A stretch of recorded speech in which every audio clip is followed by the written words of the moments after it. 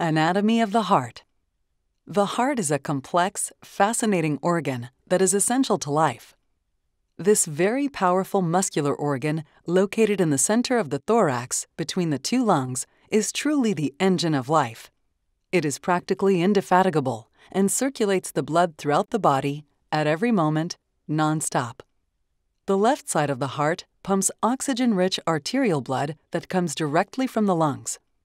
It sends oxygenated blood throughout the body through the main artery, called the aorta. Arterial blood feeds each of our organs with oxygen, allowing their proper functioning. The right side of the heart ensures the circulation of the used blood, which is collected by the veins. The venous blood returns to the lungs, where carbon dioxide, CO2, will be removed, and it is replenished with oxygen to nourish the body once again. The left and right parts of the heart are separated by a wall of muscle, and each part contains two cavities. The interior of the heart, therefore, has 4 cavities called chambers. The 2 upper chambers are the atria. They collect blood passively, which is then sent to the respective lower chambers. These latter, called ventricles, are larger and more muscular, and they pump the blood out of the heart.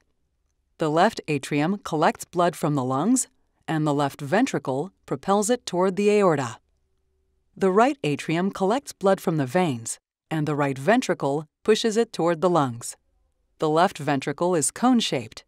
The right ventricle wraps around the front portion of its neighbor. It looks like a crescent if viewed from above. The perpetual movement of the contraction of the ventricles could cause friction. For example, if we rub our hands together, it produces heat, and over time, there would be inflammation. However, this is not the case, as in order to avoid friction, the heart is bathed in a lubricating liquid inside a watertight pouch called the pericardium. The heart is a muscle. It is also called the myocardium.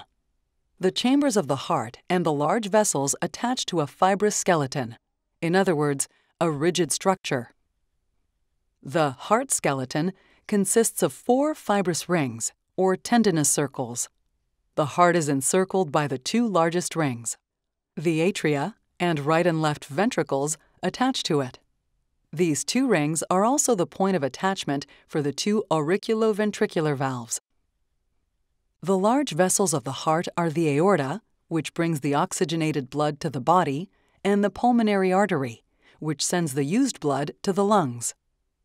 The fibrous base of these large vessels begins on the other 2 tendinous rings to which the tricuspid valves are attached. Go to iCardio.ca to discover a wealth of information about heart health.